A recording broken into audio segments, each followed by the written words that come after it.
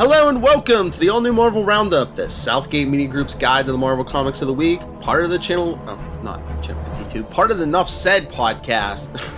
I do too many podcasts, too many. As always, I am there. Sitcom. What? That should be your sitcom. Too many podcasts. I'm going to write that song. Yeah. As always, I am the overloaded Phil Parrish, and joining me, as always, is... Charlie Essa. As if you I'm just here to ruin Phil's stride. So he's in the middle talking, I'll go, let me say something. Because I was not hugged enough as a child. So I need attention. Oh, you don't. You enhance this product, my friend. I hope so. All right. Well, I guess I'm starting us off with two. So I will start with All New X-Men number 19, the final issue. Oh. Well, because this team's going to be X-Men Blue, so well, most of them. Yeah. Yeah. So basically the issue is the whole team gathering. Well, except for X-23, because Angel says she's busy doing something. But the rest of the team gathers at this motel because Beast called them up. Cyclops is out back taking target practice on an old abandoned car. Jean shows up and she's like, Hank called me, what's going on? Cyclops says he doesn't know. Cyclops is all angry because Emma Frost escaped, and he's like, she ruined my life. She set my name on fire, then stomped it out. She shouldn't get away with it, and he's like, no, some people think I'm a monster. And Jean's like, well, look on the bright side. At least the adult version of you wasn't a monster like, you thought. You don't have to worry about growing up into that. Your destiny is free and clear. And then Jean's like, well, what's Hank up to? He said he has something to show all the original 5 of us. And Scott's like, wait, what? And he remembers when Hank said remember a few issues back, Hank said he had already traveled back home. And Scott's like, yes, I do. Scott's like, I completely forgot. And then they show the original 5 gathering. Scott, how do you forget that? Honestly, I do. What? He was in the middle of a war, and then he has that champion stuff. I know. Is Scott on the marijuana? That's what I'm asking. I think he may be on the marijuana. I think it might be time to talk to him the way Nancy Reagan would. And remember, with Mr. T and Emmanuel Lewis, and just say no. And remember, kids, the cool adults say the marijuana. The marijuana, yes. So the original 5 go in, the motel room they have, and Hank says, thanks for coming. Obviously, everything's been hectic lately. We haven't had a free time. There's stuff I've been wanting to show you. And he's been talking about how he's been practicing, all the sorcery and stuff he learned from Doctor Strange. And he's like, I can take us back, but only once. And he tells everyone to close their eyes because now he has that, he looks like the furry beast, but he has, the big, demon horns and stuff. So he's, part demon now. I don't know. Yeah. I really have something to say about this whole thing. I'm not sure what it is, but yeah. Yeah. So Hank takes them back to supposedly when they left to the Xavier school, and Angel, Jean, and Iceman really don't seem too thrilled to be back, especially Iceman because his boyfriend's back in the present. But Scott's all happy to be back, and Hank's like, well, I have to show you something. So they brought up Banff with them, so they bamfed to the bank because they remember. Well, I guess I thought they left further into their careers than this, but I guess I was reading somewhere. I guess it was around issue 8 of the original run because Eunice the Untouchable was robbing a bank. Charlie. Yeah, well, they had they fought Magneto very early, and you can actually tell because you see who in Champions. What's his name? Cyclops. It says who he led the X-Men against, and he says Magneto, which is right there, Magneto. It's like saying Doctor Doom. Oh, and then also the Blob. We also beat the Blob, and It's like, oh, I fought Magneto, I fought Doctor Doom, and then I also fought Paste Pot Pete, and then what's weird is I thought he actually mentioned that they had defeated Unis the Untouchable already, but maybe I'm mistaken, or maybe this is the second time they faced Unis. I don't know. I don't know. Oh yeah, this might be the second time because they bam Finn and Scott says, "Oh, I know this fight." He says, "Eunice the Untouchable Part 2." Because he said he read about it in old Scott's journals. There you go. Yeah, Scott wants to jump in, but Hank tackles him and says, "No, we can't." He's like, "Hold on, just wait and watch." And what do they see, Charlie? Another set of X-Men. Kids. Yeah. Oh yes. Keeping that timeline from completely falling apart. So Scott's like, "Wait, I don't." He's like, "They're still here." It's like, "How can that be?" And Tank's like, the only reason, he's like, "It makes sense. The only reason we couldn't return home is we never left. It's the only thing that makes sense. Our timeline can't be this one. We'd have changed everything. It couldn't exist without us." And that's when Hank grunts in pain, and then they're back in the present because he can only hold them back there for so long. Because Scott's like, "No, that's not our home. It has to be a different one. You have to find our real home." And Hank says, "I'm afraid that's the only past this reality has, Scott. It took everything I had to hold us there for as long as I did." He's like, "We don't belong there. The universe writes itself." And Scott says, "And take us someplace else." And Hank's like, "Well, where would that be?" Scott's like, "I don't know." Scott... There's a universe where they did leave and they could go back to the present of that universe and move backwards.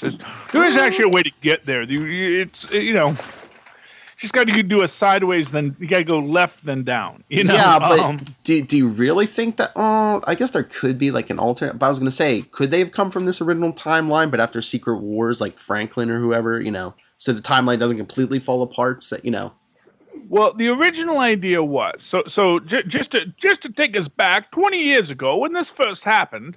Friends will recall that when Beast came back to the past, he told them, because of all the time travel shenanigans from Age of Ultron, time was all higgledy-piggledy, wibbledy-wobbledy in the modern parlance, but higgledy-piggledy would say back in the day.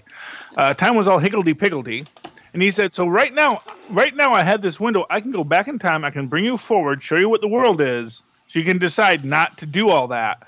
And then, I forgot to bring you back, 10 seconds after you got there, and so, hey, everything's crazy. And Beast, super scientists, they're not good. Yeah, Can we just agree with this? Yeah, there was something I remember from Bendis' original run. What that pointed to them being from this timeline is like young Scott got injured and his heart stopped for a couple seconds, and old Scott Summers started fading out until young Scott's heart started beating again. Bendis. Bendis. Yes. Yeah. And truth be told, that probably, here's what I'm going to say. I'm sure Secret Wars plays into this. Yes. Because essentially what happened after Secret Wars is it is an interesting cosmological question about God, essentially, which is that if God created the universe 10 seconds ago, would there be any way to know it? Because there's no way to think that the last time you opened your eyes was not the start of all things. And, it's always, you'll see people with severe retrograde amnesia, where literally every time they open their eyes, every time they blink, it is that's the first time they've ever opened their eyes. Mm-hmm. And they're in a panic because they don't know where they are. They don't know what's going on, but they have memories because they still have all their memories, but they don't have the ability to form new memories. And it's a terrifying thing, because basically as long as they have someone they know immediately when they every time they blink, they're okay. Mm-hmm. The second they blink and they don't see a person, they get frightened. Because like you would be if you blinked your eyes and all of a sudden the entire universe had changed. Yes. That would be horrifying to you. So essentially what this universe is the entire universe came into existence, but looks like it's existed for millennia. And there's an interesting point in this, which I think we're going to touch on in Thunderbolts, is whether or not the past actually exists. how detailed did Franklin make the universe? Because we know Valeria was complaining about that he's playing real fast and loose with these universes. He's not really putting down rules. Not the least of which is that apparently Beast is the master of the mystic arts this week. I had one lesson with Doctor Strange, and then I read the book, and now I'm a master of the mystic arts. Let's go back to the past. Come on, it'll be fun. Well, that's what I'm wondering. If that's what one of Franklin's fast and loose things here is. Instead of putting these original X-Men back where they belong, he just created the, now there's two sets. But you get this idea that, especially when we get to Thunderbolts, about what, and like I said, I think it is telling that Kobik is a child. Mm. You see, usually when cosmic cubes evolve, they evolve into adults. Yeah. You think about Kobik, which was officially the Beyonders cube. You think about, Kubik was his name. Yeah. Kubik, and then you see Shaper of Worlds. Yeah. And then there was another one who was the Aiden Cosmic Cube. I forget what his name was. But, they all came into being as relative adults. They maybe were gullible or simplistic, but they were adults in presentation and in the way they existed. They all had something missing from them, which is why they saw other people. But, they were adults. And Kobik as a child, behaving like a child, suggests that this is a juvenile universe because it is one created by a child. Mm-hmm. Interesting, but we'll get to that when we get to Thunderbolts. But yeah, it's very interesting. Yeah. So anyway, Scott storms out. He's all upset. Jean goes to talk to him. And he kisses her, and she's like, Scott. And he's like, oh, that was really weird. She's like, no, not weird. It's fine. She's like, but that wouldn't be moving forward. That's backwards or sideways or something. We shouldn't. She goes, I always love you. I hope you know that. But we both know where that path leads, and nobody wants that. So they go back up to join the others, who are all eating tacos now. And Jean's whispering to Hank that she's worried about him because she opened her eyes and saw, his beast demon form. So Hank's like, what do we do now? Play baseball, like the other team did when their book ended. And Evan says, we could totally play baseball. Baseball is absolutely a thing people do, but we could also just... And he hits a button on his phone that's connected to a speaker, and he says, impromptu X-Men dance party. So the whole team just starts dancing outside. Yay, dance party. But I know it was good. As you see here, it brought up a lot of questions. This issue was a thumbs up. No, it sounds great. Honestly, it sounds like it'd be a real fun book to read. Mm-hmm. If I actually cared about the X-Men, I might read it. And but I don't care about the X-Men. And it runs into X-Men Prime #1. Yay, X-Men Prime, because they are the Prime X-Men. Well, it's basically show you where all the teams are going, basically. But it opens up in Chicago. Kitty Pryde's basis. She said she wants to get back in the dance, and that's when she hears a knock at the window. Kitty Pryde wants to get back into dance? Yes. Even though Kitty Pryde, leader of the Guardians of the Galaxy, wants to be a dancer.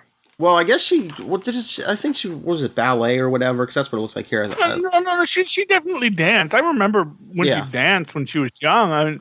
I get that. I get that as a passion, but it just, I don't know it.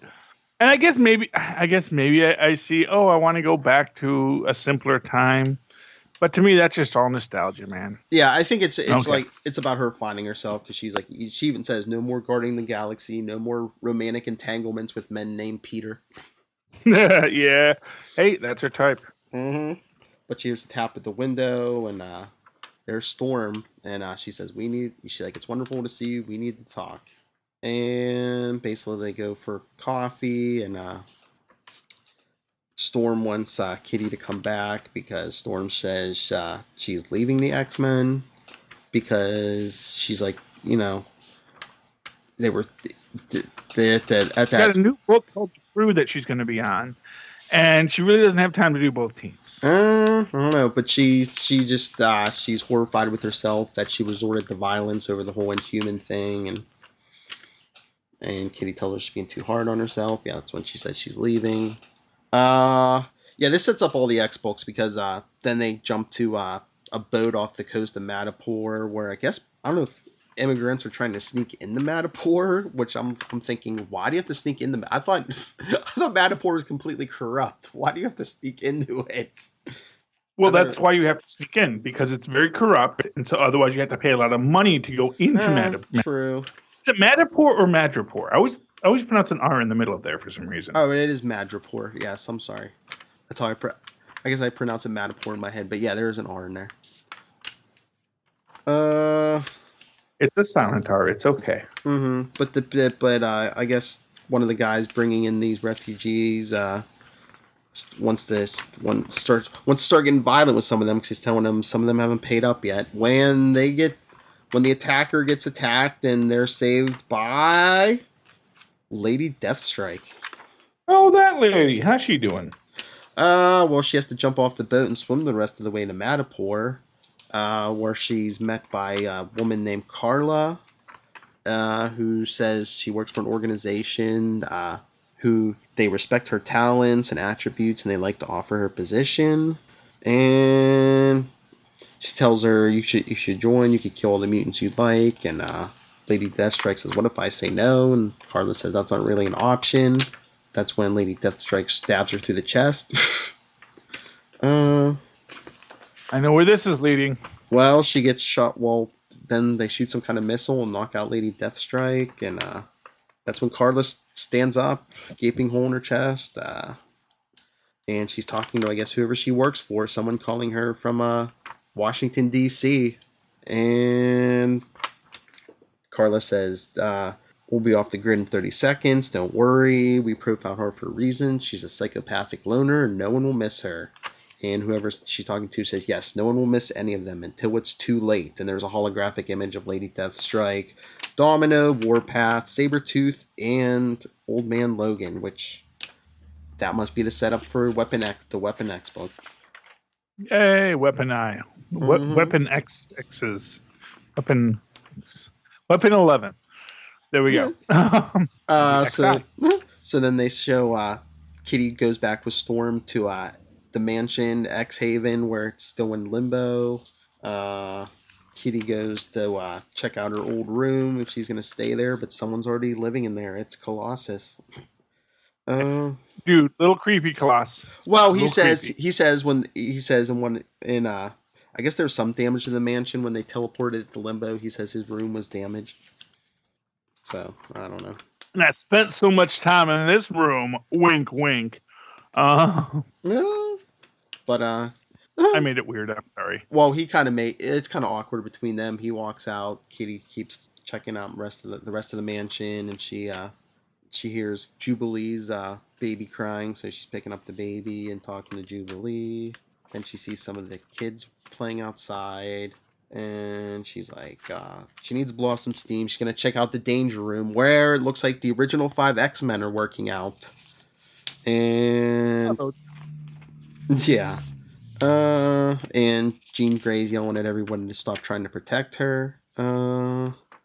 She's like, I'm the team leader now. You don't, to quit trying to protect me. You know what I wonder about young Jean Grey? Jean Grey had her telepathy turned off in the early, turned back on here. And I wonder if maybe Charles Xavier turned it off for a reason, that maybe she's not really ready to have this insight into everybody's brain the way that she does. Because the first time she used it super traumatized her, and it's like, oh, now I'm not with Professor X, and there's no Professor X here to keep my brain in check.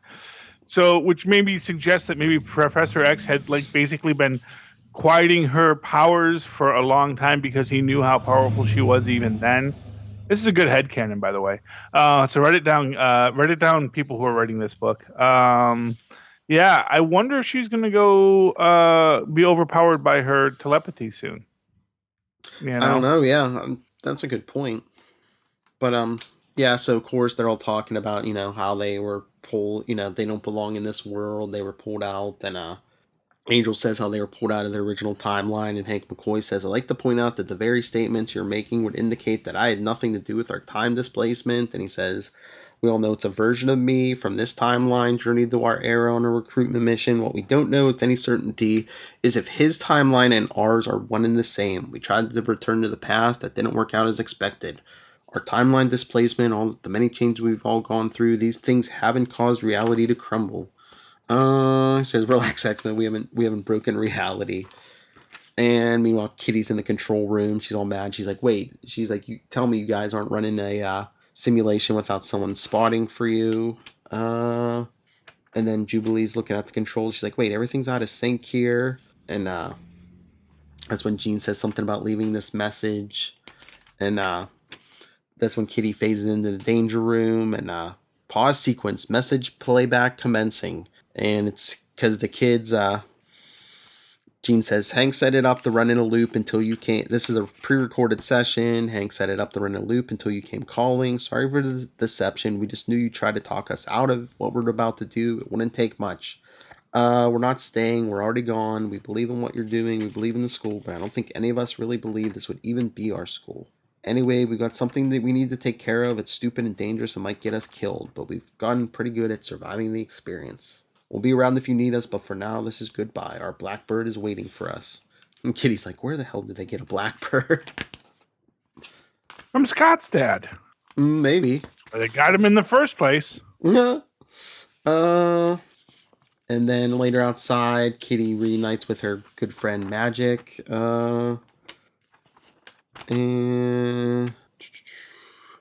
And Kitty's like, things here They actually did used to be really good friends. Whatever happened to those two?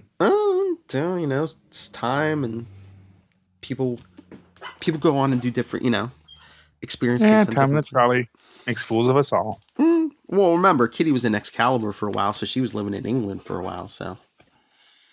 Yeah. It's too bad. And she said, it seems weird around here. And Magic says, well, we are talking about the X-Men. She goes, no, not that kind of weird. Kind of unsettled, rudderless almost. She says, even the original X-Men. And she's like, and don't even get me started on how weird it is to be older than Jean and Scott. She says, everything seems without direction. And she says, that's when Kitty gathers everyone and she says, wow, and to think Warren Worthington once thought 13 X-Men was a lot. She says it seems quaint now. She's like, now Mutant Kind has a great gift. We have a future. Now it's our job to grow that future into a legacy. One that takes it, Professor Xavier's dream and builds on it. That protects the world, protects our own, and protects the people we care about. And to show the world we're not mutants, not freaks, not homo superior, but heroes. But we can't do that from Limbo. We can't even do that from Westchester. So who is that? Is it Colossus? Raises his hand and says, where do you have in mind? And Kitty has a smile on her face. And then later, Storm's like, this is remarkable. And Kitty says, thanks, but Ileana did all the work. And Storm says, you led the X-Men here.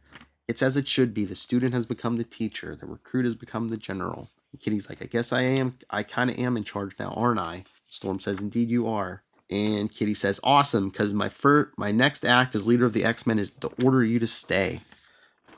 And Storm's about to disagree, and she says, Aurora, you're the heart of the team. You've been with the X-Men as long as Kurt and Peter and leader for a lot of that time. And when you weren't leading, you were there helping, fighting.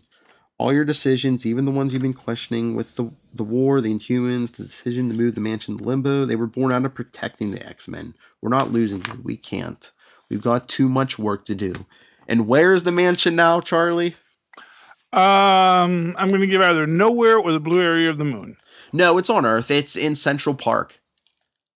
You can't just put your mansion in the middle of Central Park.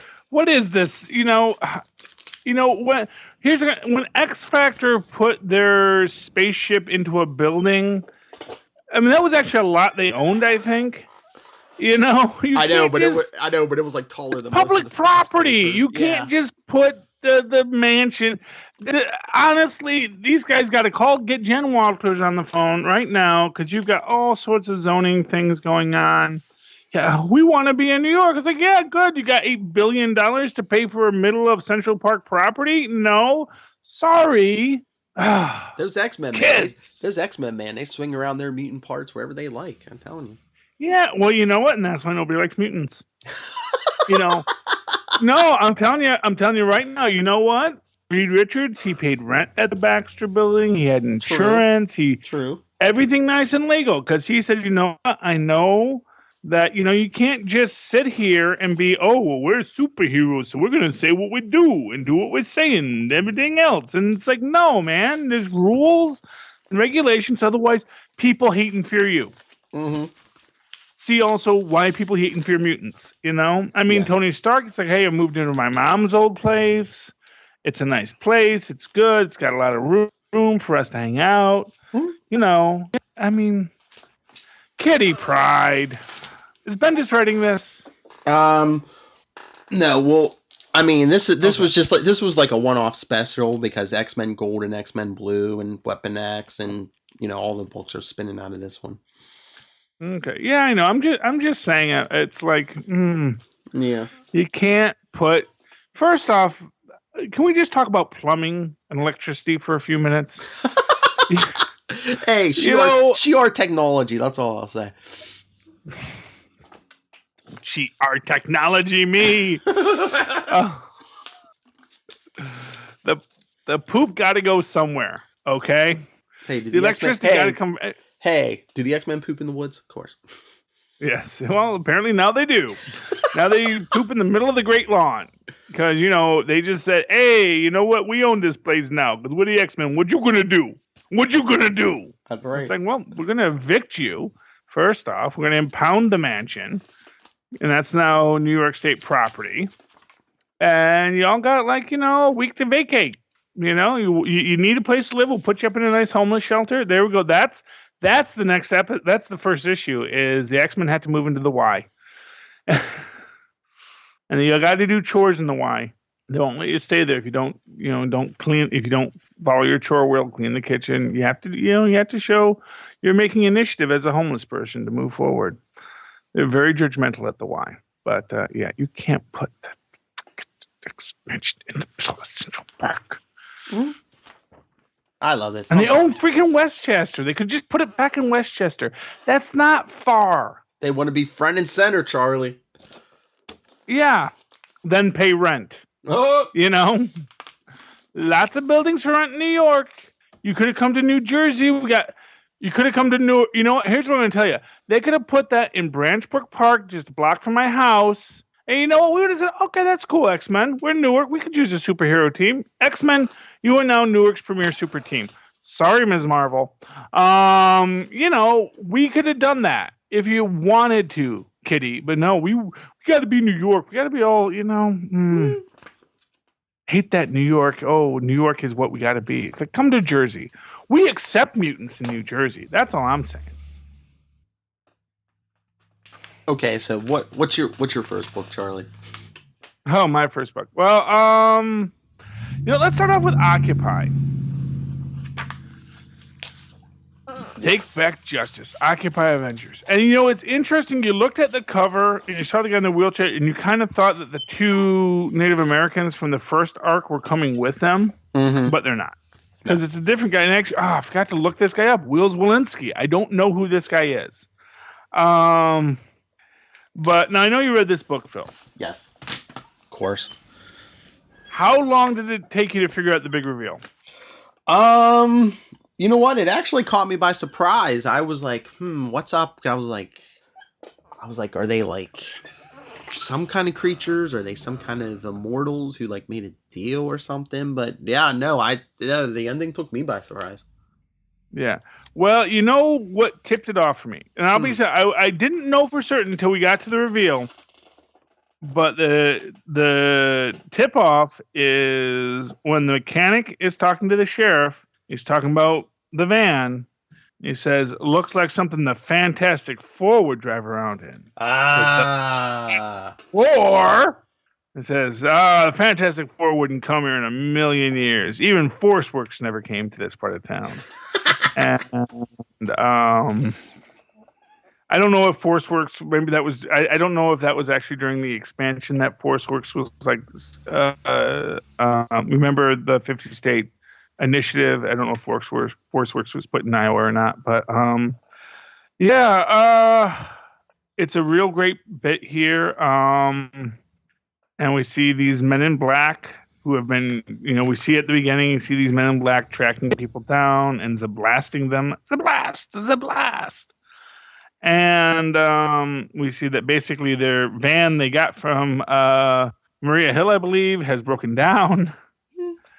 And Tilda is really kind of pushing this thing with Red Wolf. And, not for nothing. It's like you can see Red Wolf is like, not plus. He's very nonplussed by this, Hawkeye finds it all very awkward. But well, I mean, it's between Red Wolf and Tilda. But I don't find Red Wolf particularly interested either. That's the thing. I think Tilda's kind of barking up the wrong tree there. Not that Red Wolf is of two spirits or anything. I'm just saying maybe Red Wolf is just kind of more focused on superheroism. He is a very mystical, magical, spiritual being. So it's like what's his name? Yang Chi. He kind of has to keep it above boards too.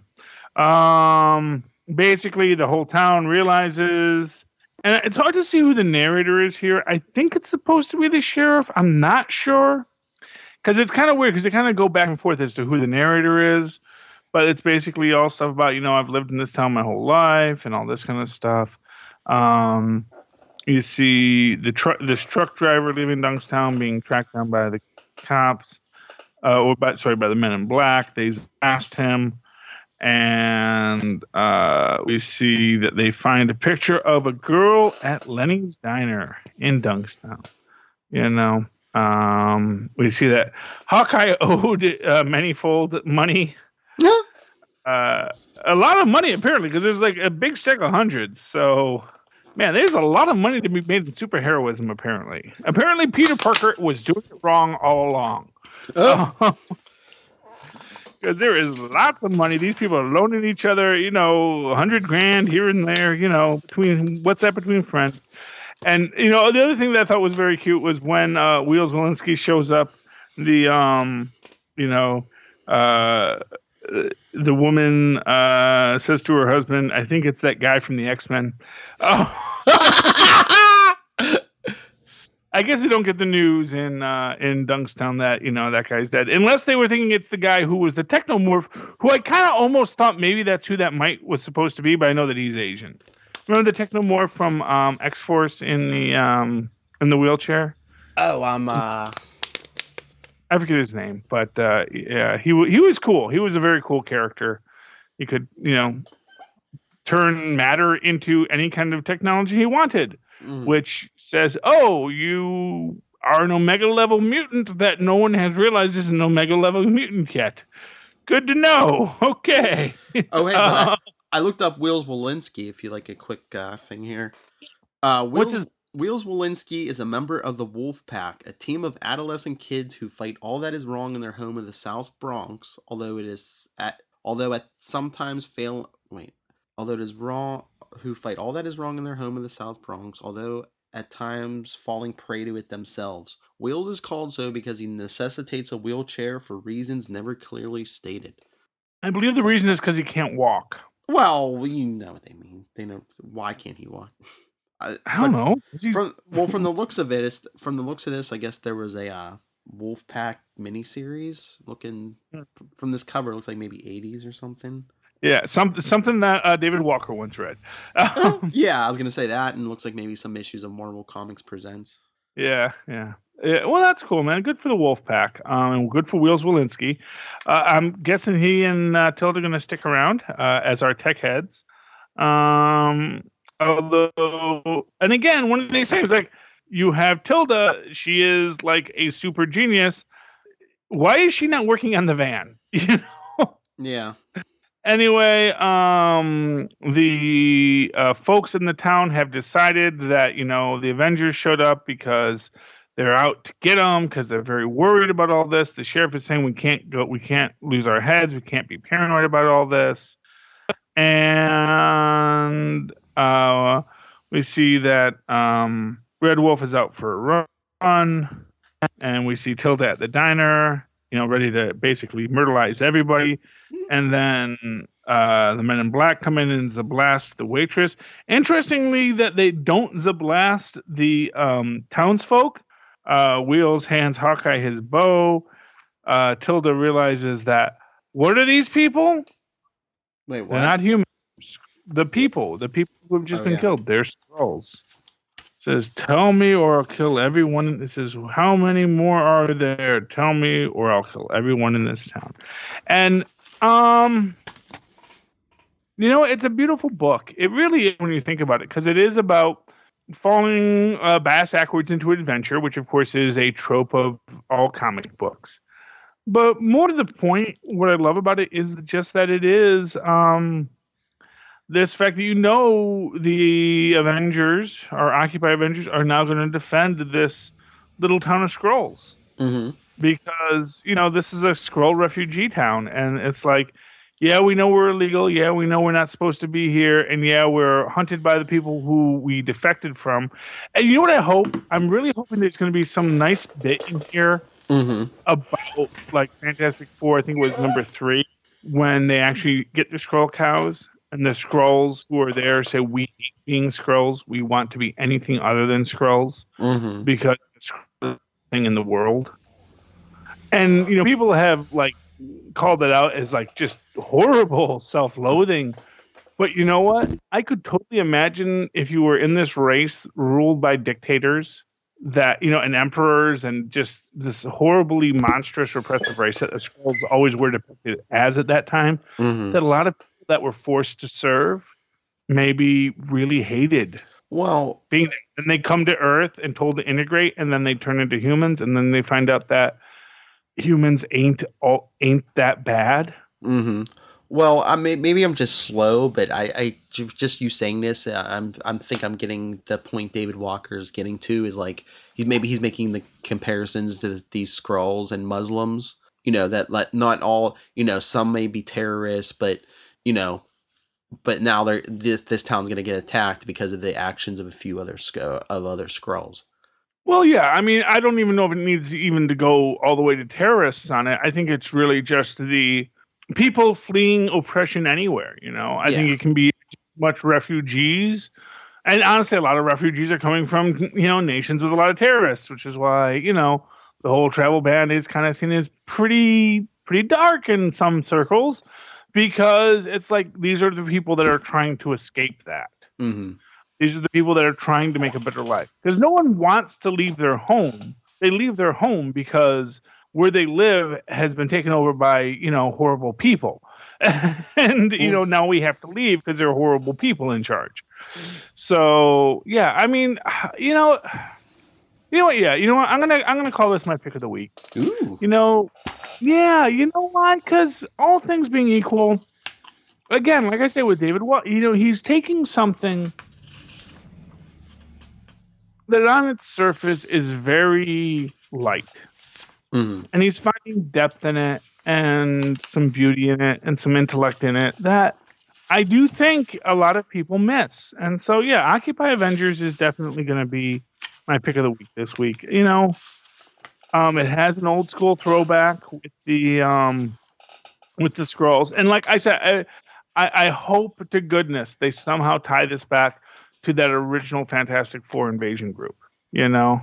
Maybe even letting David. I mean, I don't know how much David Walker's a headcanoner. Mm-hmm. But I could totally see, a lot of maybe some of the frontline Skrulls getting that that Reed Richards was conning them, but deciding to just go along with it because they were just sick of all these invasions.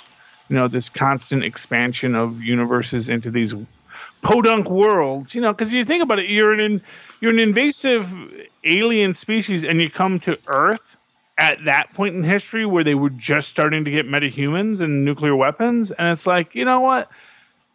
first off, yeah, we are the Skrulls, and we're very far advanced, and we probably can conquer them easily. But also, what is the point? What is the point of this constant expansion? We are a civilized, sentient race. Why must we always kill and destroy? And I'm looking forward to see what David Walker does with this, especially because we have gotten this idea that there's lots of Skrulls on Earth who have been just hanging out here for many years, just building lives. Because you know what, man, Earth is kind of nice, especially the United States, because it's like it is the exact opposite of all of these horrible places you grew up. Mm-hmm. It is a place where you get to say who you want to be. The only downside is you probably should try to be a white person. So they do have some rules. But even if we're all among Skrulls, we can be whatever color we want. So because they did have the black couple here, so just a little observation there. But Occupy Avengers number 5. It's my pick of the week. So there we go. What do you got next, Phil? All right, and I guess I will go to Mighty Captain Marvel number 3. Mm-hmm. This book is good. I love the writing on this. It's Margaret Stoll. That's the next interview I want to get is Margaret Stoll. I love this book. I read 2 Black Widow novels she wrote, which were really good. Put in my request. I haven't heard anything back. Please, Margaret Stoll, I would like to talk to you. But if you remember last issue, she was having her powers. She was having trouble with her powers, so she went to this dark lab in the Antarctic looking for this expert, but got caught in an avalanche. So basically, she's still under there, and she's thinking about stuff. She's thinking about the Carl Sagan quote, "We are made of star stuff," and she says about how and when she joined NASA, she realized how little we know about the universe, and even less so about the Hala and the Kree and everything. And she says, she's like, "Who am I? Who are they? Who knows? Half my identity is built on questions I'll never be able to answer. But I carry all that inside me wherever I go. When Hala was destroyed, I accepted that parts of me would stay lost forever." And even Tony Stark couldn't tell her what, all his research labs and everything could only tell her what she already knows. She says, "I know that when I was exposed to this Kree psych magnetron, my human DNA fused with Kree genetic matter. I know that gravity cannot ground me, that physics cannot bind me, that there is no attack that I cannot deflect, no energy I cannot hold, that I am undefeatable, the last dream of a lost planet, my own force of nature, that I am power itself." And then she wakes up under this avalanche. She's thinking, she's like, "What caused that avalanche?" She's like, could it be more karma for the rough year I've had, the last wake up call from the universe?" She's like, she's like, "Let's face it, I'm already buried under more enemies than friends, an underfunded space station, a crap TV show, and a Shatari threat. Why wouldn't the universe drop an iceberg on me?" So she blasts out. And she blasts out and says, "Screw you, universe." And then she hears a voice say, "When you say universe, could you be more specific? The voice says, there's 100 billion galaxies in the universe. That's a whole lot of universe." And she turns around and she's like, "Am I hallucinating?" And she's like, and it's the Charlie. Oh, that guy. Yeah. She's like, "Are you she's like, Tony?" And he's like, "In the flesh, except, the flesh." She's like, "This is amazing." He's like, "Obviously."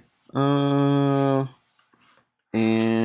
she's asking him where the lab is, and he says, "Well, it was 50 meters down, at least before you avalanched it. The lab was mostly automated. There's one guy in there." He says, "There's one little hiccup though. What is it? He's like, "Oh, my IRL, his in real life me seems to have revoked your all access pass."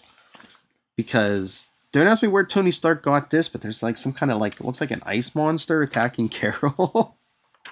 Wait, what now, huh? It looks like an ice monster because they're in the Antarctic. I'm like, where did Tony Stark get an ice monster looking thing? Some sort of golem, I assume. Yeah. Or he just, borrowed one from Thor. Asked for, "Hey, are there any ice giants, and looking for work?" But she eventually shatters the ice monster, and she says, "Really, Tony? You couldn't have just like put up barbed wire like everyone else?" Uh, and that's when the one, like the lone scientist from the station comes up, and he's like a big fan of Captain Marvel. I think he's kind of infatuated with her.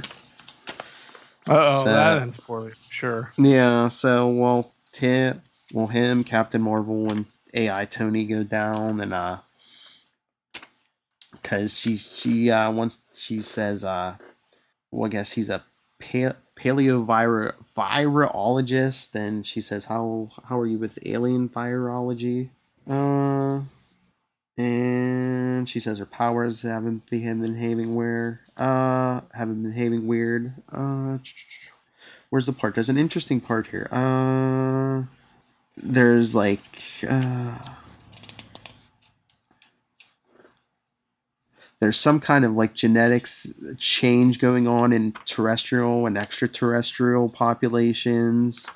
Uh, and Carol's like, well, where did this come from? And the guy's like, my guess, a massive energy disruption, something strong enough to have a ripple effect across the universe and act as a change agent on a certain subset of DNA encounters. Think of it as a genetic remote control. She says, could the Shatari have done this? And they're like, no, we're talking about pure energy, an electric tsunami, like another Big Bang. And they say it could have been an exploding planet, a dying star. So they're saying it could be Hala when Hala, exploded, or because I think there wasn't that the whole Black Mirror thing. So who the heck knows what happened? And because the guy's asking, you have this marker in you, and Captain Marvel says, I don't know, but half her DNA is Kree. Because she says something about star stuff again, and he says, wait, Carl, star stuff, did you just drop Carl Sagan on me? You are the perfect woman. And Carol says, don't flirt with me, son, I'm old enough to be your, and he says, girlfriend? And he's gonna go back up to the space station with her. Alpha Flight's helping him take some equipment up, and Tony, I guess the AI can't leave. I don't know if he was attached to the station, because he said he'll disengage when they all leave the perimeter. And she says, do me a favor, give the other guy, meaning, real Tony, a message. Can you remember to do that? And he says, my memory is 16 terabytes of perfect. And she says, tell him thanks, I guess. Tell him I knew he'd come through, even if he's not, you're not him. Tell him nobody is. And he says, I'll shoot him an email. So I wonder if Tony Stark's getting info while he's still in that coma or whatever he's in. Well, yeah, obviously. I mean, there's no point in having your AI run around if you're not building those memories. Like True. I say, I get the feeling when Rhodey comes out of his coma, he's going to have all the memories that the other Rhodey created while he was in the armor. If not all of his memories, because he actually didn't even know he had a beam into him. It's like I said, when they dig Rhodey out of cold storage, it's going to get real awkward. That's all I'm saying. And I guarantee you, when they dig Tony out of cold storage, they're going to dig Rhodey out too, because I'm talking it up, and people now know that, hey, wait a minute, Rhodey's in cold storage somewhere. And Tony's in cold storage, probably in some place similar. Maybe that's going to come back to bite him in the butt. Oh yeah. That's all I'm saying, man. So they make a stop at Carol's childhood home because the scientist says he wants they're looking for a DNA sample from before she got her powers. Yeah, but so after the scientist looks, he's saying, what's her name? The girl the Kree girl Captain Marvel took in has this. They're calling it an HLA marker. She has it, but Captain Marvel doesn't. But I guess whenever Captain Marvel's near this girl, it's almost like an allergic reaction. Because he shows her something on the microscope, and she's like, what's this blob thing? He said, that hulking out is your nucleus going nuclear, so to speak, starting a chain reaction. Because what's he say?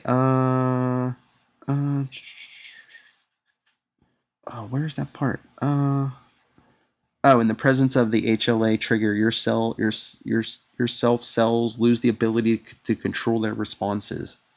I can. Yeah. Then Puck tells Captain Marvel they got a sighting of the ship that bounty hunter who's been coming after the Kree refugees is at. So don't ask me why, but he's parked outside a hotel where they're having a bar mitzvah. Well, because most hotels often host bar mitzvahs, Yeah, but this is the Marvel universe, and bar mitzvah is a funny word. Yeah, no, bar mitzvah is fine, but I'm trying to. I don't know if they actually explain why the alien's at a bar mitzvah. No, it's just that's what's at the hotel. So it's like he has to stay in a hotel because he is an alien, but he still needs, a shelter. And so you're going to use the local inn. And of course, at the local inn, there's a bar mitzvah because, hey, wouldn't it be funny if there's a bar mitzvah going on? Well, Oh, I forgot, Charlie. It's not just a bar mitzvah. It's a superhero-themed bar mitzvah. Oh, goodness. Well, so that kid is... And it's a bar mitzvah, not a bat mitzvah? No, it says bar. Oh, it says bar? Okay. So some little kid is going to have the best bar mitzvah ever. Yeah, Evan. Way to go, Evan. Top that, Finkelsteins. And of course, the bounty hunter's a shapeshifter, and he was He was disguised as one of the kids. He attacks Captain Marvel. Then they race up to the roof. They're fighting on the roof. Bounty hunter looks like Captain Marvel. So see, they both look like Captain Marvel, and then Sasquatch takes out who they think is the bounty hunter with I guess it's I don't know, because takes out who they think's the bounty hunter with one of the thrusters from the ship. And then somebody says, Captain, we gotta get the heck out of Boston. But then the last page is weird because it looks someone who looks like Captain Marvel's carrying the girl, the Kree girl, which I'm like, why would Captain Marvel carry her after we found out about all this stuff? But unless it's the bounty hunter, but whoever's carrying the girl, their eyes are oh no, it is the bounty hunter because there's a cut on the shoulder and it's blue and the eyes are glowing blue. See, I thought this was Captain Marvel's chain reaction the first time I read this, but no, I guess it's the bounty hunter. They thought they took out the bounty hunter. Yeah. Yeah, well, that always happens.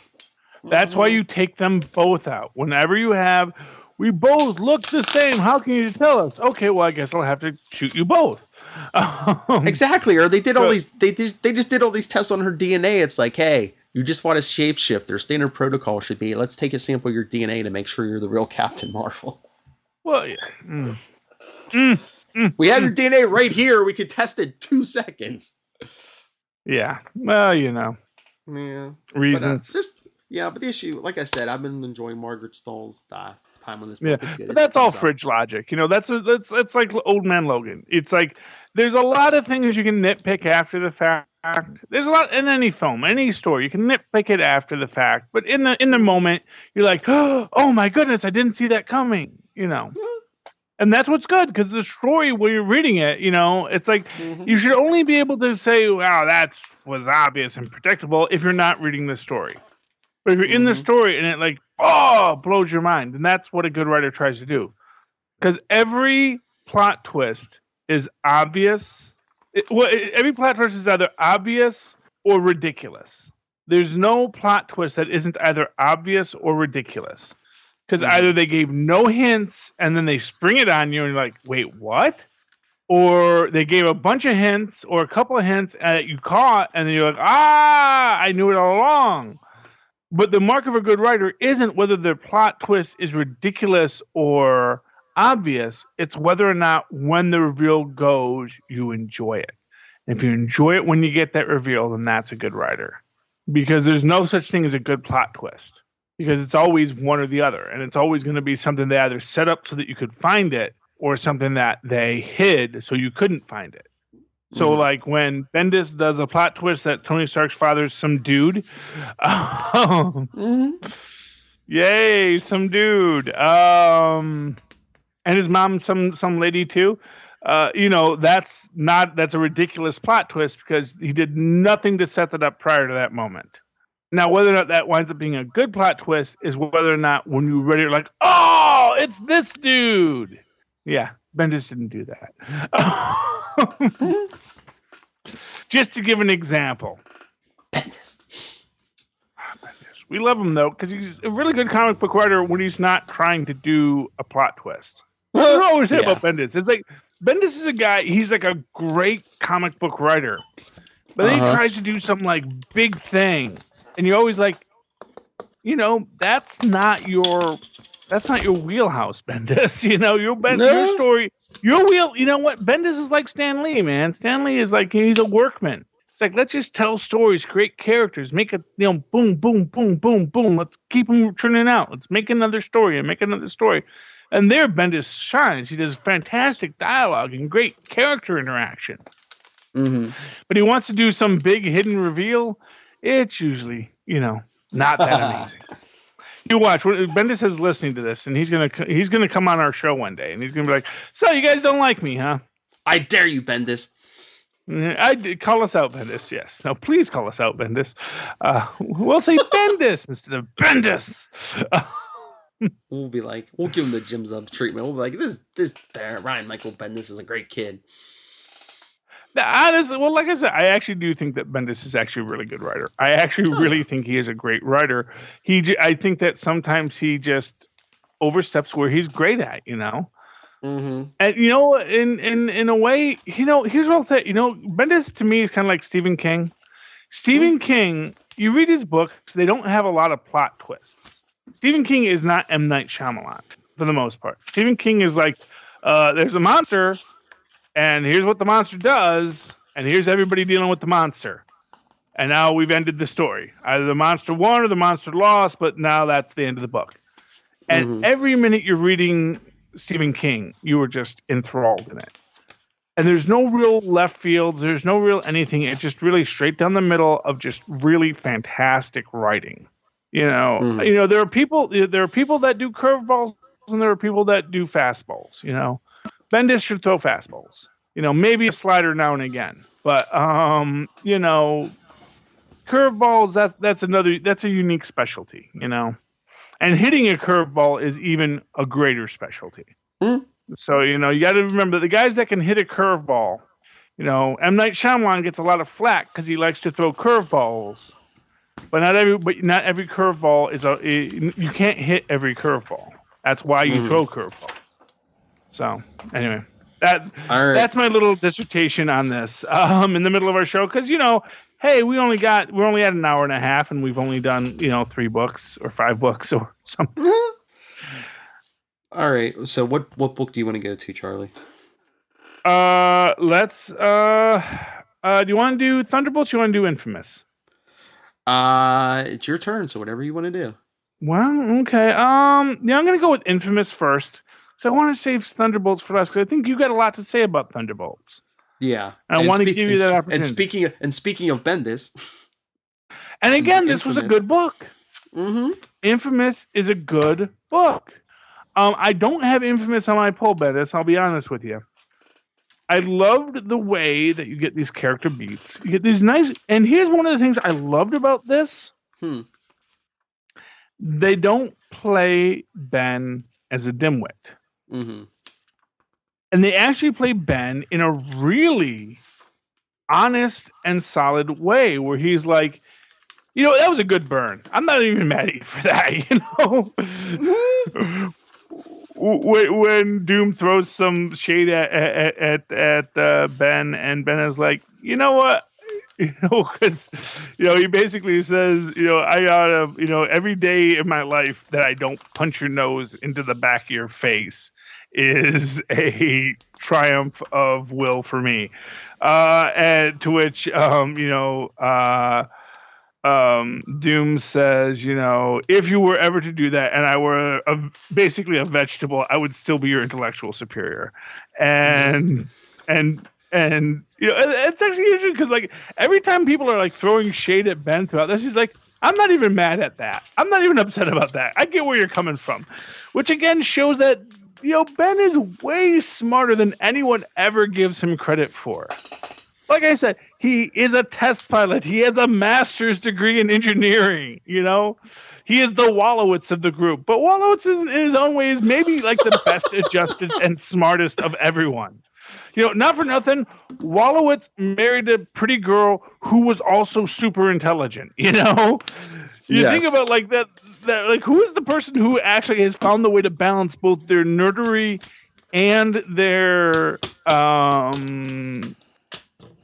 intellect and actually come ahead of everyone? Well, it's the guy, because he's not the guy who is an obsessive about anything. He's the guy who's willing to take the world as it is, say, okay, that's interesting, and move on. He's the guy with nothing to prove because he's already proved it. And that's what, and of course, we open up with a great interaction between Reed and Doom. I do wonder how much of this is Doom's memory versus what actually happened. And Reed's like, dude, I'm just trying to be friends, man. And Doom's like, big gun, I'm a big meanie. And to this, I'm going to give to Bendis big props, because he really gives massive props to the wizard here with Whitman. And I really love the way they designed Whitman in this, Bentley, with that little. I don't see if he had. No, he doesn't. He just has his thinning hair pulled back, slicked back, not necessarily pulled back. I like the beard. It's a real great take on him. I love him and MODOK talking. I love him calling MODOK Robert. Just this, and everyone's just like, dude, we got to deal with this. Doom's a problem, and it's like, yep, Doom's a problem. But he's your problem right now. And then I love just Whitman kind of taking out Doom. Granted, he gets and I love with the wizard flying away and say, and just like that, best day ever. Because he put the graviton things on Doom's feet, which is such a gag move for him, but it's like, it's one everyone always falls for. He puts those anti-grav discs on everyone. It was like, it's anti-gravity. Well, you think about it. I mean, without Reed Richards around, who's the wizard going to test his intellect against? Hey, yeah, Doom's a hero now, kind of. Yeah. Well, except Wizard doesn't even want to, really. Wizard just like, no. He's just like, he's coming for us. Yeah, he's coming for us, man. And this guy doesn't have like a code of honor like good old Reed had, Exactly. Although it was interesting to see them say that Mad Thinker turned himself over to S.H.I.E.L.D. Now, I don't know if I missed that Mad Thinker turned himself over to S.H.I.E.L.D., because I thought Mad Thinker had been killed, or we didn't know what happened to Mad Thinker, but they're saying, yeah, he's off on S.H.I.E.L.D. Now he's like, hey, Doom's after me. Don't kill me. I'm a public figure now. I'm working with S.H.I.E.L.D. Though for what it's worth, MODOK used to work with S.H.I.E.L.D., so I don't see what the problem is. And then we get that great scene in the middle of the battle when Doom is like, you cannot defeat me. And it's like, nope, I know. And then all of a sudden, like, Doom was like, wait, what's that now? It's like, and we cut to this double page spread, which I gotta think is one of the incursion engines or something that like Doom built with Molecule Man. Like something is bleeding through to him there that he sees. I also love the fact that the wizard shielded his tech against simple sorcery. It's like, again, whoa, the wizard, because he's the wizard. He's got 500 clones of himself out there constantly learning new things. One of them's an actual wizard. You watch. You're going to take over hell someday. And of course, the wizard throws the grav disc on him and just crashes him down because, man, have a weight of a planet on top of you, Doom. Because I'm folding actual space. And then we get cut to Cynthia and one of the Reeds. I believe that's still supposed to be Ultimate Reed, but he doesn't look like the Maker anymore. He's like all handsomeified, but I guess you can do that if you're Reed Richards. Well, hey, Doom doesn't look like he did before Secret Wars. Yeah, that's true too. But I think the last time we got the reveal, I think he looked more like the Maker. He had like the oblongated head. So, but maybe he's playing with his image. Magic. Doom, yeah, magic. Doom, yeah, because hey, in an infinite universes, and Reed Richards comes in infinite slices like pizza, he can be enjoyed holistically. That's what the Molecule Man said. You watch, man. The Molecule Man, the Beyonder, it's all coming back to that one first thing. You watch. We see Sharon Carter's got the drop on Doom. Doom's being, oh, I'll talk to Maria Hill, and it's like, Maria Hill don't work here no more, buddy. Read a paper. Read a paper, Doom. Honestly, like open a freaking newspaper, or just bring up the internet once, because it's like, hey, Maria Hill out at Shield, like that's not in everybody's Facebook feed this week, and drum another service over craziness, and we see Doom basically buys his time to make his daring escape. Makes some really kind of jerky threats at Sharon, and then runs away. And who's going to face him next week, Phil? Riri Williams, Ironheart. Riri Williams, yeah, I think he's gonna get his butt handed to him again. If this man can't beat the Wizard, what's he gonna do against a Riri Williams? That's what I gotta say. Honestly, at least the Wizard has some experience. Riri's been doing this for 5 minutes? Yeah, but Tony Stark is smarter than I was at that age. Mm-hmm. Marvel is very big into super genius African American girls. That's like their shtick now. It's like, if you're an African American girl and a super genius, we have a job for you in the Marvel universe. I wonder if the Tony Stark AI is going to make an appearance, and Doom's going to be like, his ego will not die. No, it won't. Stop! I didn't give you my name, Mendrick. Exactly. Now let me just take over your armor, leave you naked in the desert. Have you go kill a lion again. Who remembers that issue? Back when Doom was on Counter Earth and had to come back and had to kill a lion. It was a good episode. Made a little leather mask for a couple weeks. It was cool. Got to see that Doom's all ripped underneath, I wonder if he juiced. Man. What? So I wonder if he juices, though. That's the only thing. It's like, yeah, he's, because he's super genius. Maybe he tries to take the shortcut because he's like envious of the fact that, Ben's all ripped, Mm-hmm. Just saying, tossing it out there, man. That's all I'm saying. Okay. But yeah, big thumbs up for that. And Bendis, you're a good writer, as I said, We may curse you every so often, Bendis, but we curse out of love. You're a great writer, and I really think that you definitely shined your light in Infamous Iron Man #6. All right. Then I guess I will go to Star-Lord #5.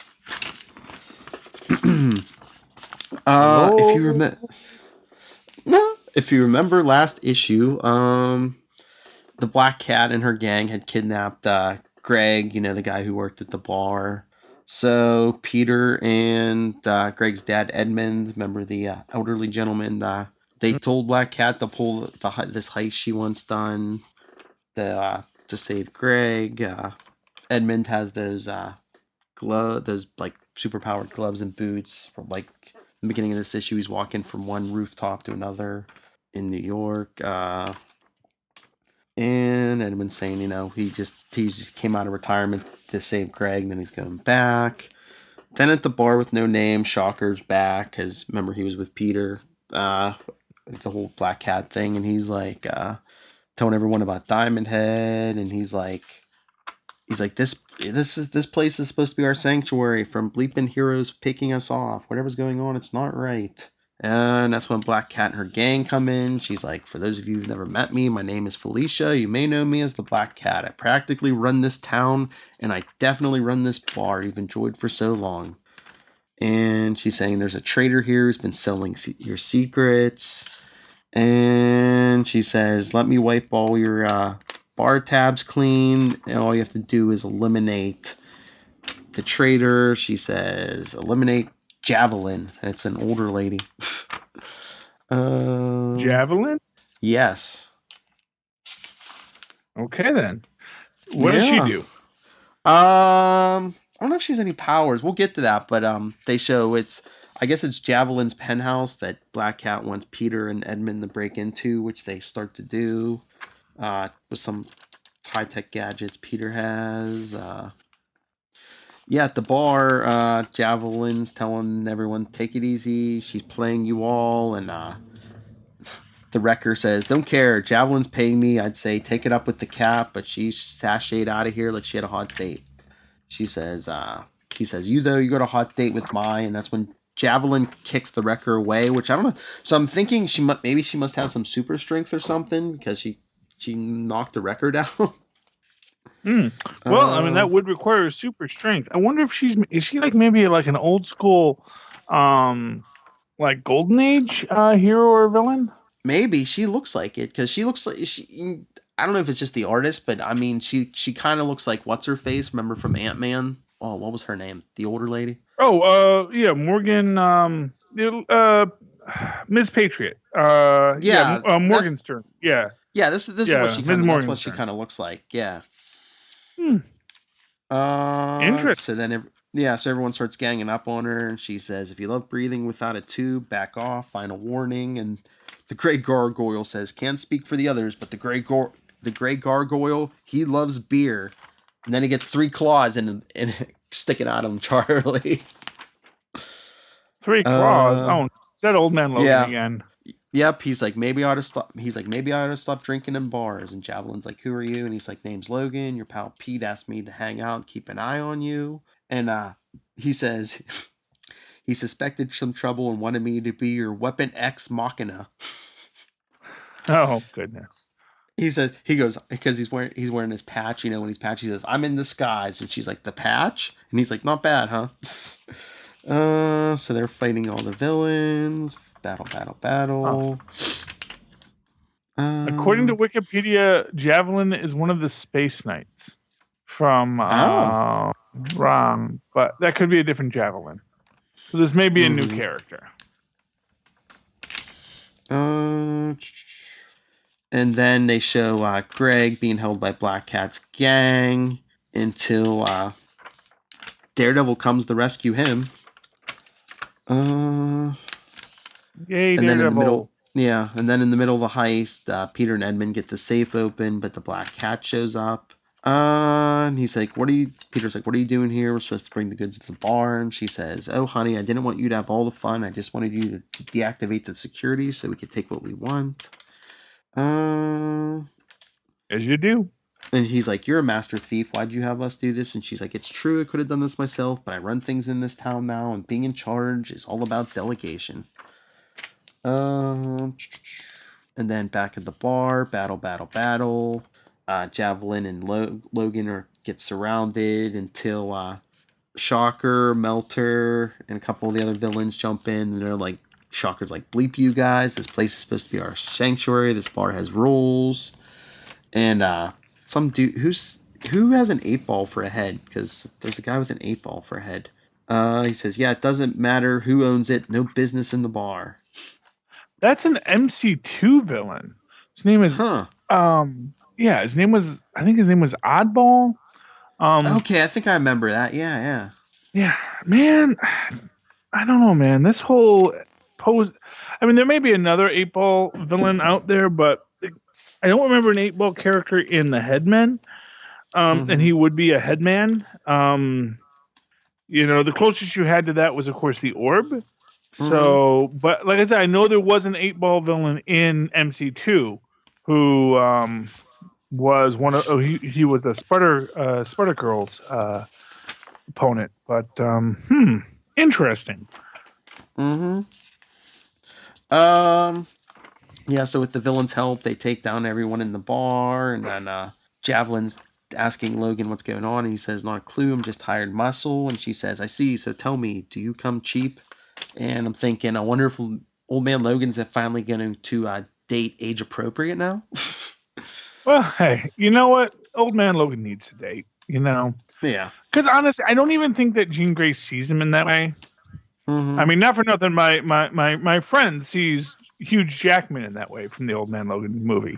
But I don't think that 18-year-old girl is going to see even Hugh Jackman in that way, no matter how huge his Jackman is.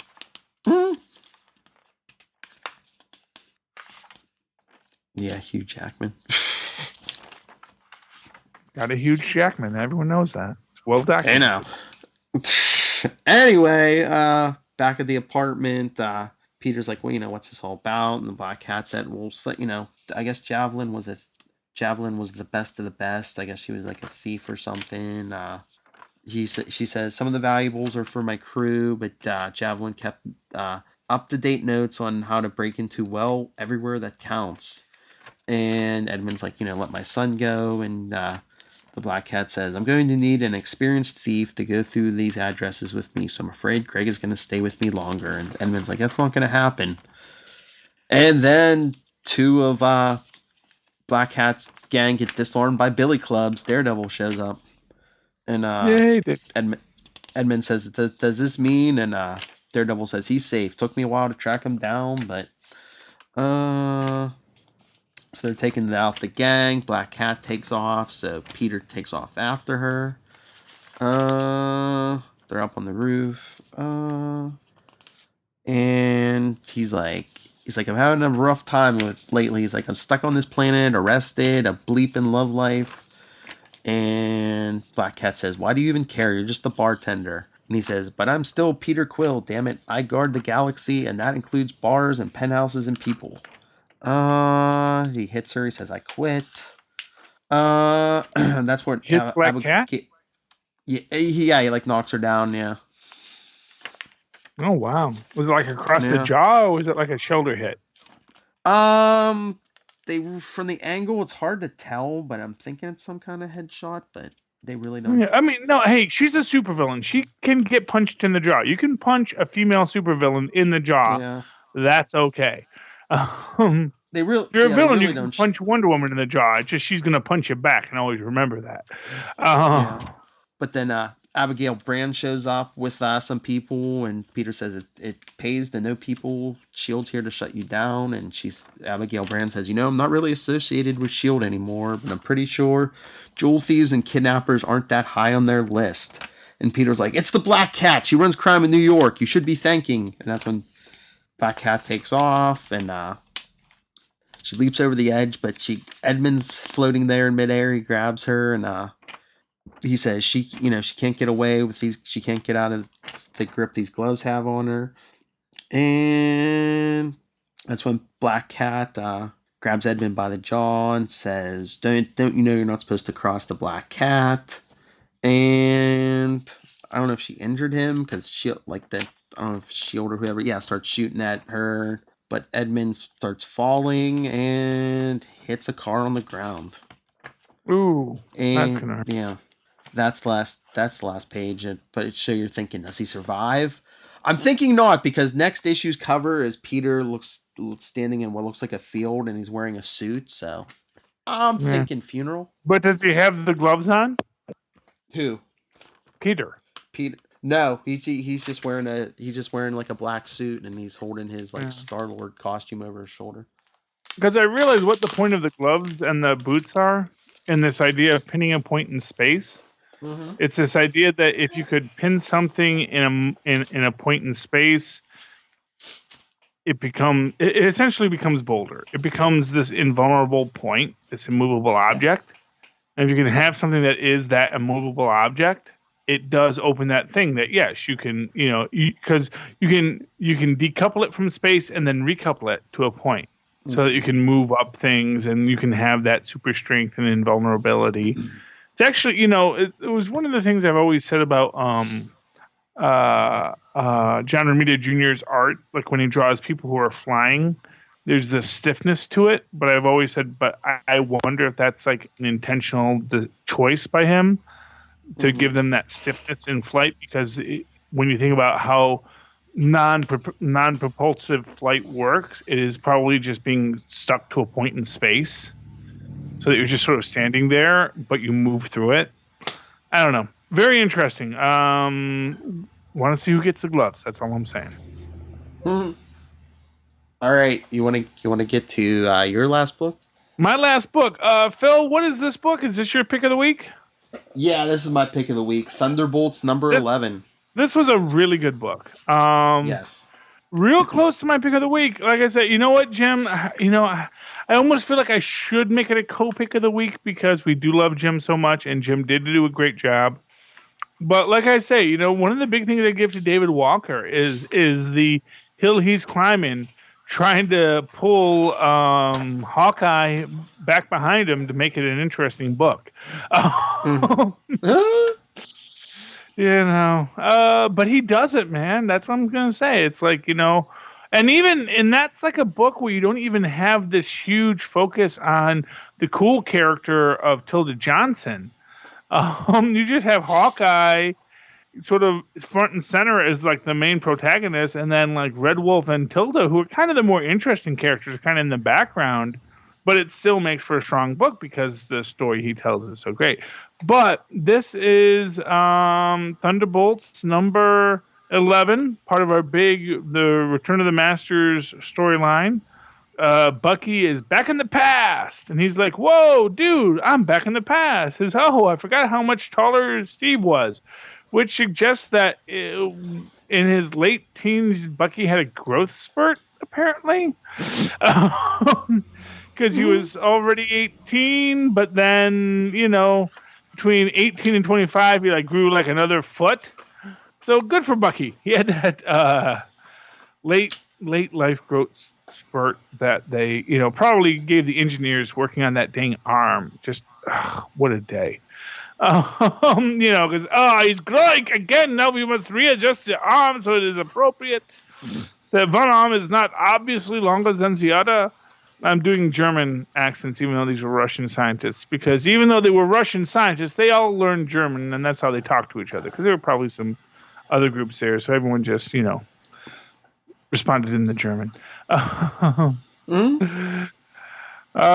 Anyway, so Bucky's like, hey, we can save Steve, and this is what's important, because they make the point that Bucky killed Zemo. He's like, wait, what did I do now? And they're like, oh, yeah, Zemo's already dead. And Bucky's like, dude, if Zemo's already dead, then, that's what Kobik did. She sent me back to the past, but the past is already fixed. Me and Steve, we're going to survive this. We're not going to have all this la-la-la-da-da. Not even thinking about how that's going to affect the future universe at all, because, people are so short-sighted. Basically, they break Bucky and Cap up. They say, but we want Bucky to do this recon on these super giant metal soldiers. And Cap is like, hey, I think, me and Bucky can go together. We're a good team. And they're like, it's not a request, Mr. Rogers. This is because you're not actually a captain. Let's not forget that you are a buck private, Captain Rogers. Call you captain is an honorific. It is meaningless, as if we called you the Professor Rogers. So Bucky goes off on this admission. He sees, he's trying to figure out what he's going to do here. He sees the German soldiers who are eating the biscuits, the French biscuits, who are, and the guy's like, oh, these biscuits are better than. We don't get to hear what he said. It's better than, but he likes French biscuits for some reason. Before he gets a knife in the back. And for what it's worth, I don't know what Bucky's shooting him with, but that is a really silent gun. It's clearly a gun because there's a bit of fire there, but the other guy doesn't even turn around. Then Bucky sees it's a bunch of Zemo's androids, which were boxes turned into androids, but Bucky says I could maybe beat one, but now I can't beat them all. They've all been captured. And then Steve and Helmet are fighting. And at no point does Bucky say, wait, Helmet, aren't you way too old to be alive in the 40s? This is a great, this is the thing I'm wondering about. This is Kobik's view of the past.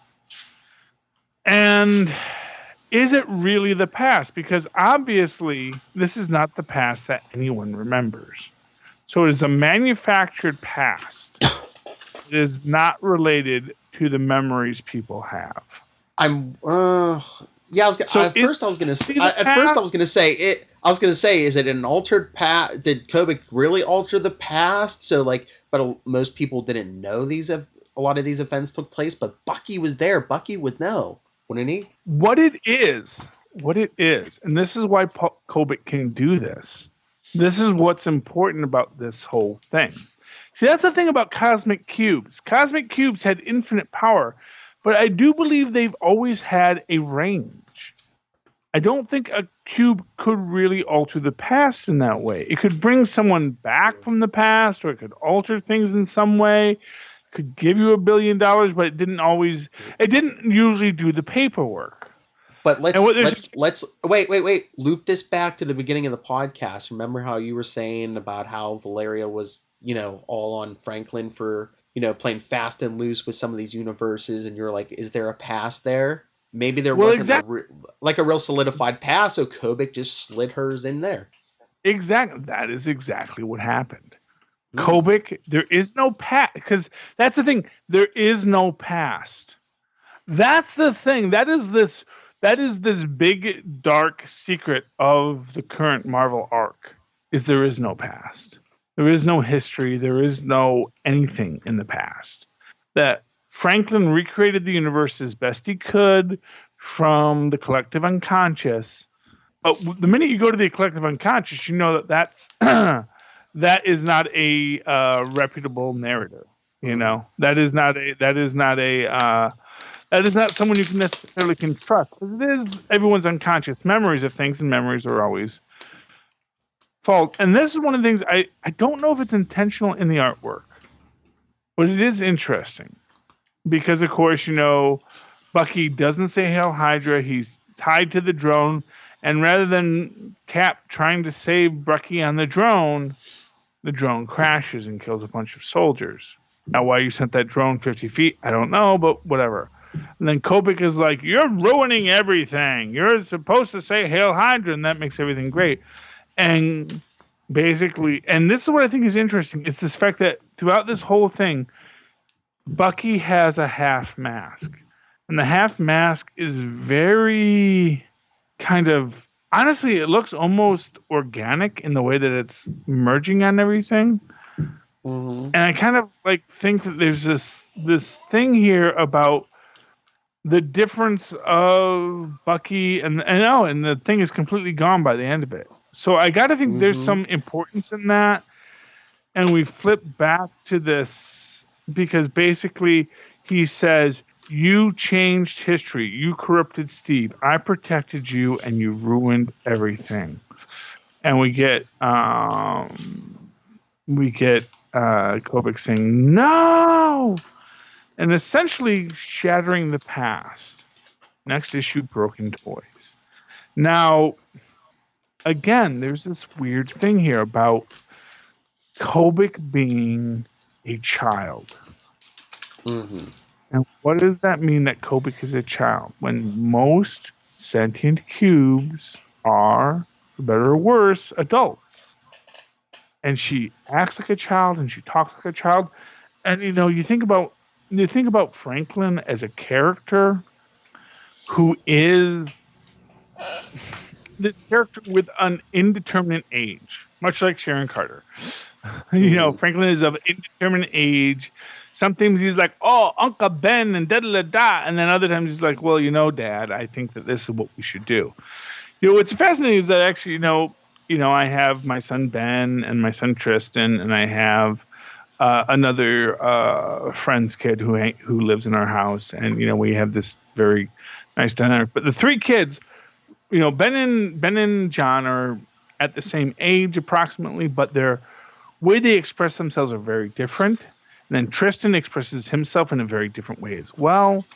And it's interesting how you can have kids of a certain age, and they all can have very different linguistic adaptations and linguistic comfort zones. And, with a character like Franklin Richards, you see this constantly just playing out through him. And if you imagine this idea of this Omega level mutant at that formative age, and that ability to just really rewrite anything he desires at any moment. It is interesting that the first sentient cosmic cube we're getting in this new universe is Kobik, and that it is a child. And there was the thing that we were thinking about earlier, which we'll get to in superconnectivity, but which was all new Captain America number 25, which is this one where we officially say that Sam Wilson is Captain America, and we get the big Hydra reveal that they don't even know there's a traitor in their midst, and it's like this is like 2 years before anyone even asks Kobik to do this. What is the traitor in their midst? And it's all very fascinating, and we're gonna go find out what all that is in super connectivity. So tune in. But I don't know, Phil. What did you think? Was this a good book? Oh yeah, I mean it's my pick of the week. Of course, it's a good book. But I mean, Kobik's supposed to be like a 4-year-old, like a 4-year-old, right? Well, honestly, comic book writers. I can see it. I thought they said 4. As a person who has had a 4-year-old and has a 7-year-old, I'm not quite sure. I kind of place her more towards Tristan as kind of a socially advanced 7-year-old. Mm-hmm. That's where I place her. She's a precocious 7-year-old. Yeah. I mean, I have a 4-year-old. I see personality traits here. Like, it's like, someone, tells them no. It's like, no, you have to do this. Bucky, you have to do this. Yeah, well, that's what our president says too, and he's certainly not for.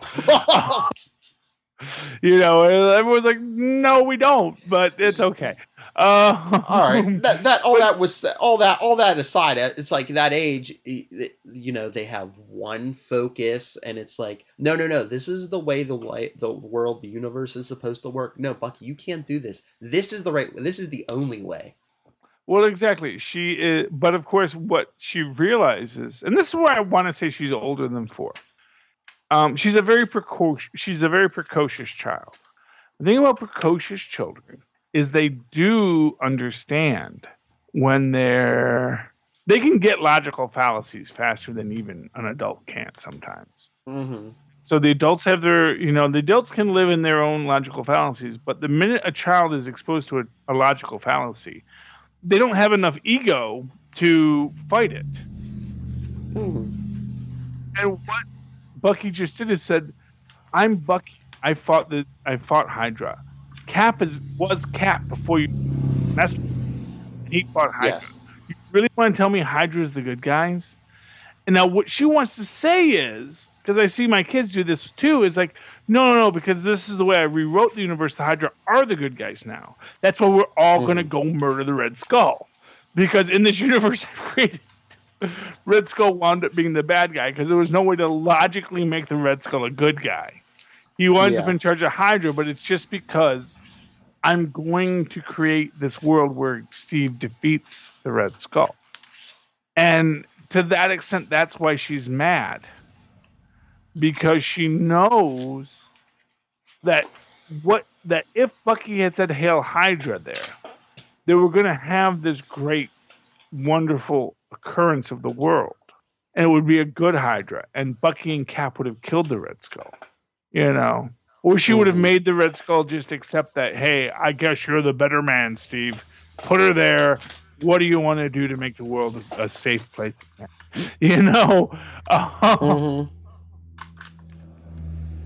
And she could do that. She could go like, oh, Xavier's brain. That's cute. That's a cute thing you've got, that chunk of brain jabbed inside your own brain. What did you take out to put that in? That's the only question I have to ask, Johan. All right, let's save the rest for super connectivity because I got one more book. Super connectivity, I mean, it was a great book. It was a great book, but as with so many books, it leaves so many more questions than answers, and I can't wait to see the next one. I'm going to be so mad when Thunderbolts goes on hiatus. I'm going to pick it up when it comes back. Yeah, but I mean, they'll probably appear in Secret Empire somewhere. Oh no, I'm sure they will, or at least something. Yeah. I mean, obviously, something's going on. Oh yeah. You know what? Not for nothing, Bucky was the first person to really be Kobik's friend. Mm-hmm.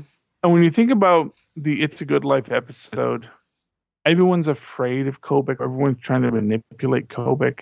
Or Billy Mooney, I'm sorry. I was afraid of Billy Mooney or trying to manipulate Billy Mooney. No one ever really try to just be his friend. And you see a great the Simpsons did a great parody of It's a Good Life where Bart had the powers and Marvin Monroe just is like, no, listen, this is what you have to do. You're not, of course, Bart doesn't respect you, Homer, because you're not a good father. The question is, how are you going to be a good father? And it's like, Bucky's the only person who ever told Kobik, no, I don't want you to do this. I don't want you to change things. I want you to try to develop into a good person. Now, Bucky knows about the visions.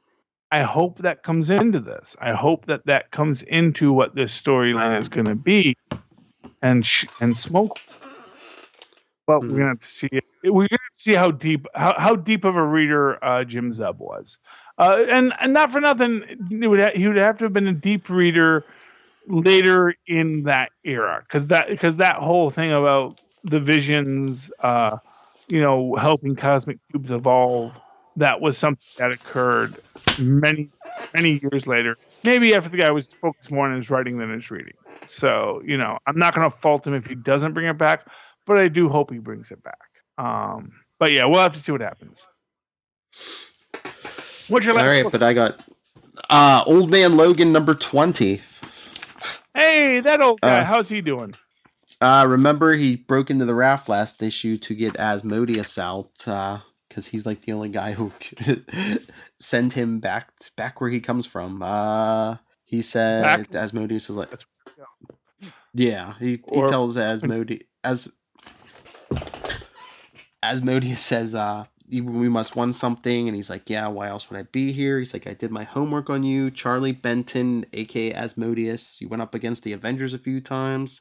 Val says you once zapped Hawkeye and Wonder Man back to medieval times.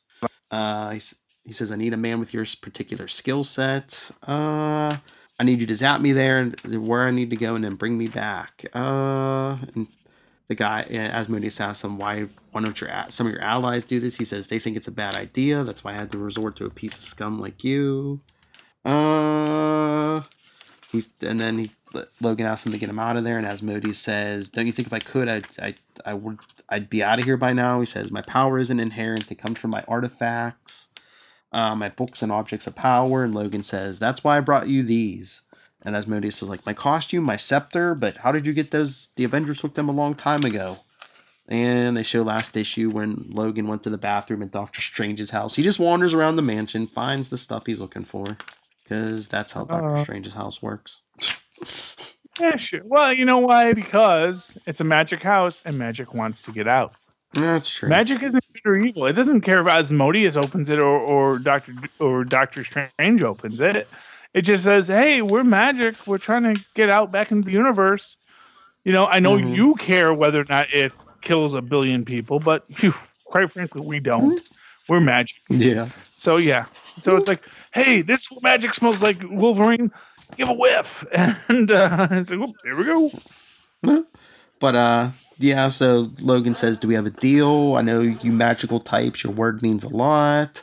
So they agree, they shake hands. That's when Miles Morales and the guards come in, but Asmodeus zaps them away, and they reappear at a storage facility, where Asmodeus has all his stuff stored, and Logan's like, where are we? And of course, where are they? New Jersey. Jersey, the jewel of North America. So they get into this Asmodeus' storage thing, and Logan says, he's like, I'm gonna need a time limit on this, and Asmodeus says, this is a delicate spell. It normally requires much preparation, but since you are a willing participant, it should be much easier to complete. And Logan says, how will I get back to this timeline when I'm done? And Asmodeus says, here, wear this amulet. You will be tethered to this time and place. The spell will only last 4 days. After that, you will return here to your body. And Logan says, wait, my body? He's like, what are you? And Asmodeus says, it is your consciousness that will be traveling with the amulet. You will inhabit your body in the past. Your current body stays here dormant. Wait, wasn't this a plot of Days of Futures Past? No! Kinda. Both of them? Yeah, I know. And then Asmodeus pulls out a knife. Logan says, "Watch the knife, bub." And he says, "I just need a bit of blood for the spell." So he gets some of Wolverine's blood and it looks like a little shot glass, and he drinks it. Logan says, "That's disgusting." And he says, "If I'm to pinpoint the moment in your past you wish to return to, I will need blood magic." He's like, "No, let your mind wander. Let go of thought and reason. Give your memories to me. Let me see your past. Let me see it all."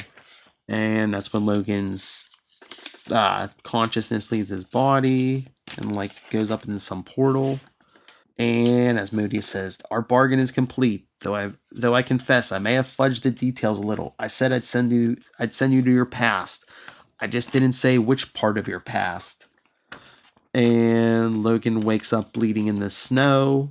And he's thinking, Asmodeus. He's like, "Last thing I remember is the little creep drinking my blood. Did it work? This ain't where I left the baby. What part of the wastelands did he send me to? Colorado? Because it's all snowy." Then he sees a bunch of bodies. And he's like, "Uh-oh." And that's when he gets like, I guess, a musket to his head. He says, "You better stop right there, you filthy savage." So I guess some general saying, "Well done, lads. We finally got the jump on him. The Canadian's best assassin is now our prisoner." Next Bum, issue, bum, bum. Past Live. Next issue, Past Lives, The War of 1812. Ah, War of So we're gonna 1812. get a history lesson, kids. Yeah. Well, as much as you get one from Legends of Tomorrow, yes. Hey, this week was good. Do more. Keep on telling me that. I gotta watch it. I gotta catch up on these things. Hey, Eobard, Malcolm Merlin, and Damien Dark in charge of the world. Tell me that's not interesting. Well, Malcolm Merlin sounds interesting. Well, Yeah. the actor who plays Malcolm Merlin, but Yes. but I still don't buy Fat Gunther as as anything. I don't buy him as a threat. I will never buy Well, Damien Dark he got it. as a He threat got his magic in this power universe. in this new timeline. He got his magic powers back, so he's more of a threat. But oh no, go tonight and watch it. There's some heat wave stuff in there you'll like. Okay, I'm sure I will. I'm sure. You know what? And Honestly, I give criticism, but I enjoyed it when I watched it. mm-hmm. But Just yeah, me and Zach, it we had was. very different personalities. We didn't mesh well. That was the I problem. know. Just to give you some behind But the scenes politics here at the Southgate Media Network. But I will say I still it like was one of Zach. That's all I'll say. I'll talk to him again. I like the guy. I thought he was neat, but he the. Mhm. definitely had some issues with me. So we'll move on from there. Yeah. But yeah, it was. I was just gonna say it was one of my favorite episodes of Legends of Tomorrow so far. And that concludes our Marvel podcast. Yeah, don't get me started, man. Yeah. I'm gonna go off on another rant. Yeah. All right, everyone. Send us your thoughts on everything you've heard here. A lot of time travel stuff on this episode.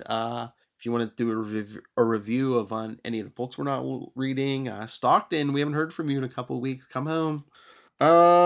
Email us marvelroundup@gmail.com. Facebook is facebook.com/all new Marvel Roundup. Twitter is @Marvel_Roundup.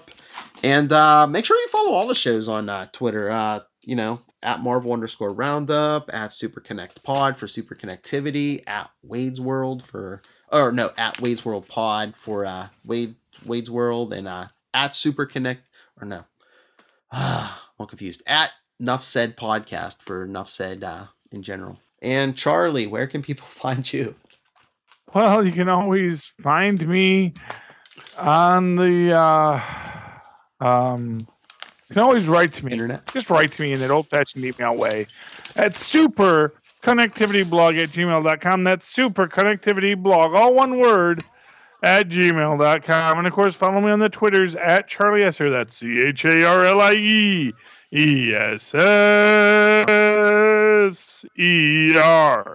Look for the two E's in the middle for quality. And as for me, you can always email me, nightwingpdp@gmail.com. On Twitter, I am at nightwingpdp. And just check out all the shows on Nuff Said, Legends of DC, Before the Bat, Channel 52. Like I said in the beginning, I am a very busy man. Almost as busy as Charlie Esser. But I'm less busy now. I know, but I think you need to start up that politics podcast. I'm telling you. Oh, goodness. Throwing more work at you. Anyway, that's your all-new Marvel Roundup. Come back next week and join us for another new episode. Or unless you're a time traveler like a bunch of our characters this week, then maybe you've already heard it. Tell me what we talk about. Give me some pointers. All right, everyone. Good night.